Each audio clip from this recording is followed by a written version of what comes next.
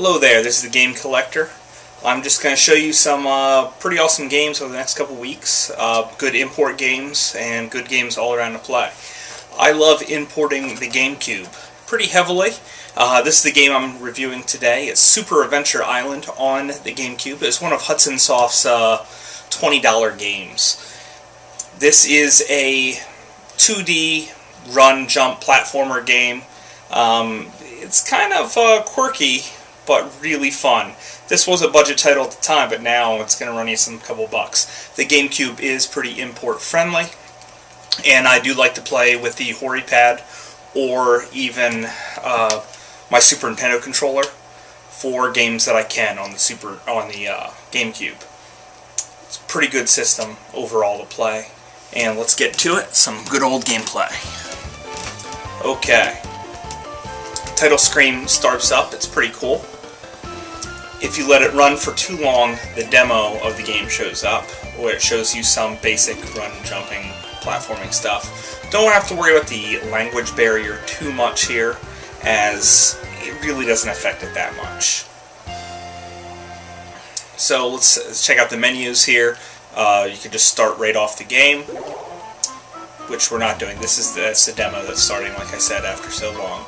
But let's check out some options here, or the bringing up different save titles. Each world has 4 levels, just like Super Mario Brothers, except for the very last level of the game. That one is just like basically a boss. So in the options menu here, you have the options of switching your jump and run button, mono or stereo, and show you your completion rate, how well you did on each level. Also going in here is to set it on easy or normal. Normal is Master Higgins there. The other one's what Japanese would call little girl mode, which just allows you to get a couple of extra hits in. Really easier. Doesn't really make it that much easier, so I usually just play in normal. It's best suited for the game. And we're checking her out. Let's get into this. World 1-1. And here we go. Now this game has lots of tricky jumps. I'm going to make it look relatively easy here. It's been a while since I played. Lots of power-ups.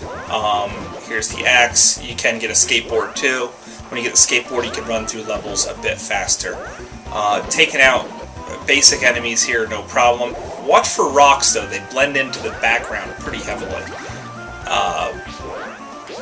And most commonly, I think I died from the rocks. Just because I didn't see them. Skateboard is nice, but you always have to move forward when on it. And it's pretty nice. This game, all in all, the fun factor here is through the roof, but I tell you what, later levels are so challenging.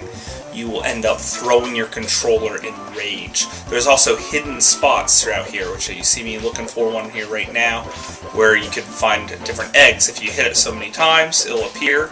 Sometimes it has really cool power-ups, sometimes nothing. Sometimes it's just extra points. Now you can get a power down, where it continuously saps your adrenaline. That's that life bar that's sort of up there in the corner. You eat fruit to stay alive in this game, passing through different checkpoints and just always running. This, honestly, is probably one of the best games to import on this system. It's just amazing to play. The controls are spot on, very tight, through and through.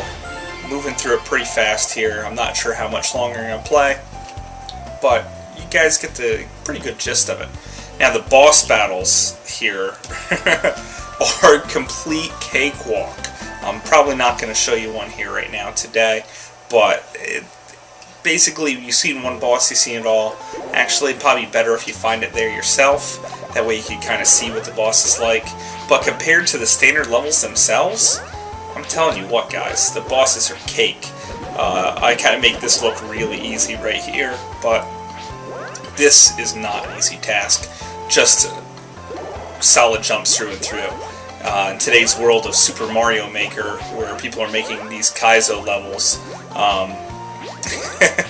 it kind of looks easy by that comparison, but I'll tell you what, notice how the clouds just blend in with the background clouds. And this game, all in all, does not look like it should be a budget title, and it really was.